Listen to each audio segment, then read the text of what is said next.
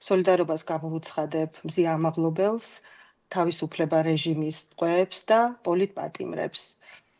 ხო, ინგა, რაც შეეხება გუშინდელ გადაწყვეტილებას, ეს იყო ნამდვილად შოკის მომგვრელი ყოველი ემიგრანტისთვის, შოკის მომგვრელი და შეურაცხმყოფელი.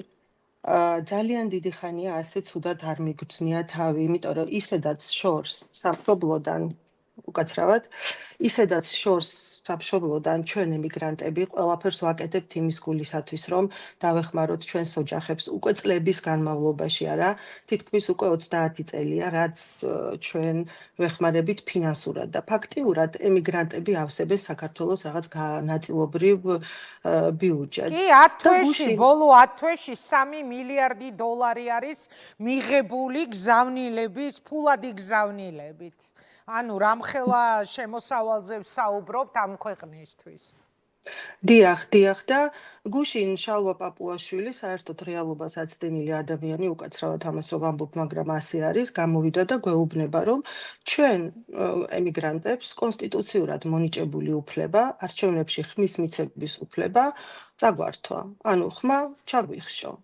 ეს არის, რა ვიცი, მე არ მახსენდება ასეთი რამ ბოლო 30 წლის განმავლობაში უამრავი კატაკლიზმები გამოვიარეთ არა ჩვენმა თაობამ და მოვედით დღემდე და ეს ყველაფერი აი ასე ცუდად შემოგვიბრუნდა ქართველებს. ხო, ინგა, არ ვიცი, ალბათ და თქვენ დამისვით შეკითხვა თუ რატომ გააკეთეს ეს, ხომ? იმიტომ რომ ვფიქრობ, რომ ეშინიათ.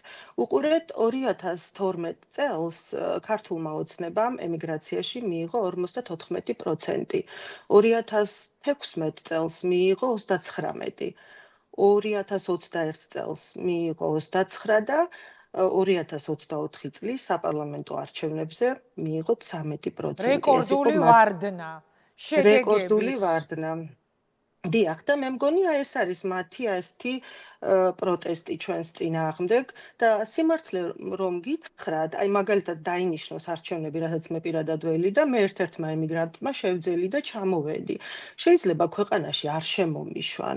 იცით რატომ? მათ ზუსტად იციან, რომ მე პირადად და ჩემნაირად ძალიან ბევრი ემიგრანტი სისტემატიურად ჩამოვდივართ საქართველოში და ვდგავართ რუსთაველის პროსპექტზე. კი, თქვენ ცნობილია, რომ საპროტესტო აქციებში ძალიან აქტიურად მონაწილეობ. კი, აქედან მოგიკითხეს. დიდი მადლობა ინგა და მე ამასაც ველოდები, რომ ალბათ არ შემომიშვებენ. ეს პრეცედენტიც შეიძლება დაუშვას ეგრეთ წოდებულმა ხელისუფლებამ. ხო, აი ეს მეორე საკითხი არის თუ როგორ უნდა აღვუდგეთ წინ აი ამ ყველაფერს. ეს უკვე ჩვენზე ხალხზე არის დამოკიდებული. მე ვფიქრობ, რომ ცოტა მეტი ემპათია უნდა გამოვიჩინოთ აი ამ ადამიანების მიმართ, ვინც დღეს რუსთაველზე დგას. და ეს თუნდაც ემიგრანტები, რომლებიც აქ არიან ჩამოსულები და მათი ისინი არჩენენ საქართველოში ოჯახებს, ხო, აი ეს ადამიანებიც უნდა გამოვიდნენ რუსთაველზე და მშვიდობიანად უნდა გავისტუმროთ ეს ხელისუფლება აუცილებლად ინგა. სხვა გამოსავალი ჩვენ არა გვაქვს, იმიტომ რომ ფაქტიურად დიქტატურა მყარდება. და ეხლა თქვენ რომ ზიხართ სტუდიაში ასეთ საპატივსაცემო ადამიანებთან ერთად, შეიძლება ცოტა ხნის მერე ამისი შესაძლებლობაც არ მოგვეცეს და შეიძლება კი შეიზღუდოს სოციალური ქსელები, შეზღუდონ ინტერნეტი და ასე შემდეგ. მე ამას ნამდვილად, რა ვიცი, ველოდები ალბათ შემდეგი ნაბიჯი ეს იქნება. გაუქმებენ პოლიტიკურ პარტიებს, პროევროპულ პოლიტიკურ პარტიებს და ну აი არ ვიცი, სანამ აი აქამდე მივალთ, მანამდე ალბათ ქმედითი ზომები არის მისაღები და ძალიან გთხოვთ დეკემბერში მე მანდ ვიყავი და ნახე ის სხვა რაოდენობის ქართული საზოგადოება, რომელიც აი მართლა ისე გულღიად იდგა იქ რუსთაველზე და თავის პროტესტს გამოთქვამდა და მე ველოდები აი მომენტს ინგა დარწმუნებული ვარ, რომ ეს მომენტი აუცილებლად დადგება. ერთ რამეზე მინდა კიდევ გავამახვილო ყურადღება. ევროპაში და ამერიკაში აკრედიტებული საქართველოს ელჩები, დესპანები, თუ როგორც ქვიათ ახლა მათ, მე მგონი ევროპა მაგათ აღარ აძლევთ აკრედიტაციას, რომ იყვნენ ელჩები და ახლა დესპანები დაირქვეს, თუ არ მეშლება, მე მგონი ასე არის და რას აკეთებენ, ხო, ერთადერთი ის ფუნქცია ჰქონდათ მათ, რომ მისულიყავით საელჩოში, მათ მოემზადებინათ უბანი და ადამიანებს მიეცა ქართველებს, ხო, ემიგრანტებს მოგცემოდა საშუალება, რომ ხმა მიგვეცა და ესეც მოგვართვეს და რა ვიცი მე მგონი ალბათ საელჩოების გაუქმების მოთხოვნაც უნდა მოვითხოვოთ აუცილებლად, იმიტომ რომ ფაქტიურად ელჩები ზიან თავის ოჯახებთან და შვილებთან ერთად მათ არ ეშინიათ არც deep state-ის, არც გლობალური ომის პარტიის და მათი შვილები საუკეთესო სკოლებში სწავლობენ და ჩვენი შვილები, ძმისშვილები, ბიძაშვილები, ოჯახის წევრები საქართველოში არიან, რომელსაც მიაქანებენ ეს სწრაფი ტემპით ჩელიაბინსკში თუ მოსკოვში, არ ვიცი.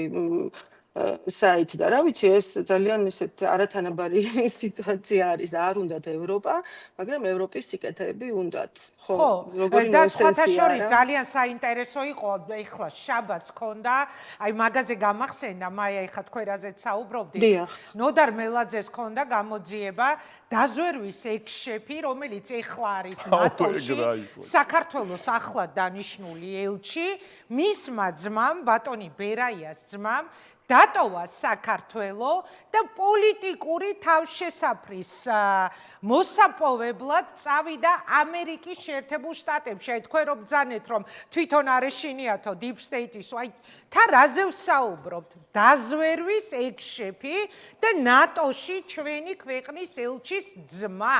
ოჯახის წევრი, რომელსაც თავშესაფრის მიღება ესეთი ადვილი ხომ არ არის, უწევს იმის მტკიცება, რომ ამ ქვეყანაში პოლიტიკური დევნა, პოლიტიკური кейსით არის ის წასული ამერიკის შეერთებულ შტატებში. აი, თქვენ ეხლა რასაც ხაზი გაუსვით, ზუსტად ეს რეალობა, ეს ჟურნალისტური გამოძიება ადასტურებს ყველაზე კარგად.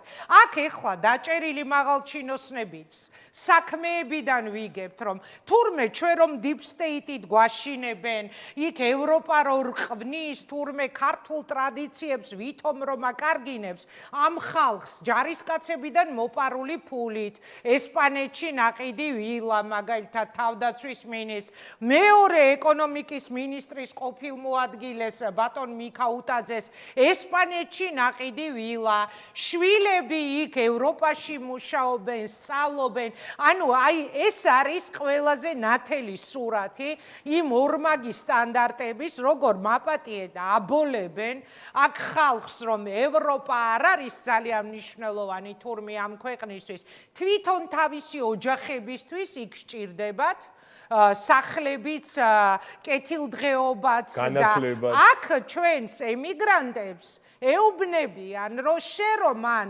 მოხუც სული და თქვენ დამეთანხმებით, მაია, რომ უდიდესი ნაწილი ასე მუშაობს, ხო, ევროკავშირის სხვადასხვა ქვეყანაში, ამერიკის შეერთებულ შტატებში, ადამიანების მოვლით დღეებს, ღამეებს ათენებენ, ალაგებენ სახლებს და თითო 2 ევროს თუ დოლარს ესე აწებებენ ერთმანეთს, რომ შენ აიღეო ბილეთი და ჩამოდი აქ მიეცი ხმა და მერე წადიო. აი ეგ რეალობა გვაქვს რა და ძალიან სწორი იყო ალბათ თქვენი აქცენტი ახლა რაც გააკეთეთ ელჩებთან დაკავშირებით.